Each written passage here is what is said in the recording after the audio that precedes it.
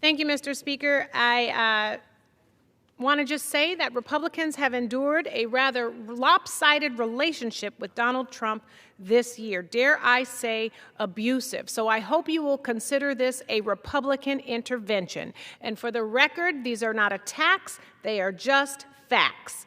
On health care, Republicans cut $1 trillion from Medicaid with their big, ugly bill, threatening their own vulnerable constituents. When 3/4 of Medicaid enrollees are in red states and rural hospitals across this country are struggling to stay open. Republicans then shut down the government to avoid a vote on extending ACA subsidies, only for Trump to later come out in support of extending these subsidies. A recent Navigator poll shows that Americans blame Trump and congressional Republicans for rising health care premiums by a 26-point margin. And surprise, surprise, Americans also overwhelmingly blame Republicans for the shutdown. I see tread marks everywhere. Redistricting. The drama started when Trump called Greg Abbott and demanded 5 more Republican seats in Texas, triggering California's redistricting effort that could cost California Republicans 5 seats. It is funny how my Republican colleagues remain silent when Texas, Ohio, Missouri, and North Carolina gerrymander, but throw a tantrum when California punches back. The chip deal, and I don't mean nachos or potatoes, I mean the AI computing national security kind. For years, my China hawk Republicans warned about the competition with the CCP, only for Trump to ignore them and greenlight NVIDIA H200 chip sales to China in exchange for a 25% fee. What happened to tough on China, y'all? Then the boat strikes. Republicans have abdicated their constitutional war powers authority, allowing the Trump administration to carry out extrajudicial killings off the coast of Venezuela under the guise of stopping drug trafficking.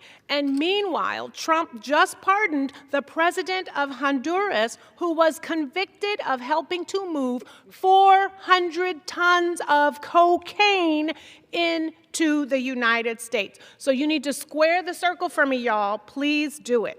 Now, the deficit. Republicans who call themselves fiscal hawks stayed true to President Trump and got rewarded with a $2 trillion added to the national debt, bringing us to a whopping $38 trillion.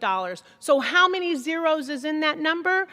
Far too many for Americans to afford.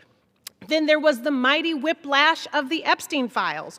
Trump and Republicans spent an entire year trying to block the release of the Epstein files, only for Trump to reverse course at the last minute when he realized the release was inevitable. Then tariffs and affordability. For a full year, Republicans said nothing while Trump rolled out illegal, arbitrary, chaotic tariffs that raised prices across the board. And in just 8 months of Trump 2.0, the average American household spends $700 more on basic necessities.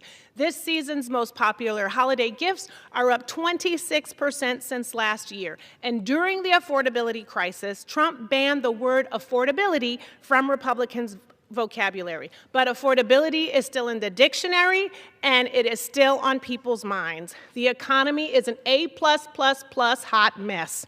And lastly, farmers. Earlier this year, Republicans watched quietly as Trump destroyed USAID, an agency that bought crops from American farmers, many of whom backed Trump and the Republicans in 24.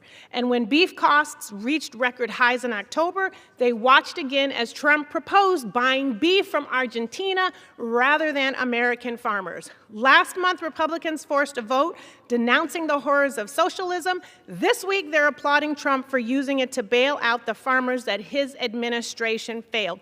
Please consider this an intervention and get out of this lopsided relationship now. And with that, Mr. Speaker, I yield back. The chair recognizes the gentleman from Oregon, Mr. Benz, for 5 minutes.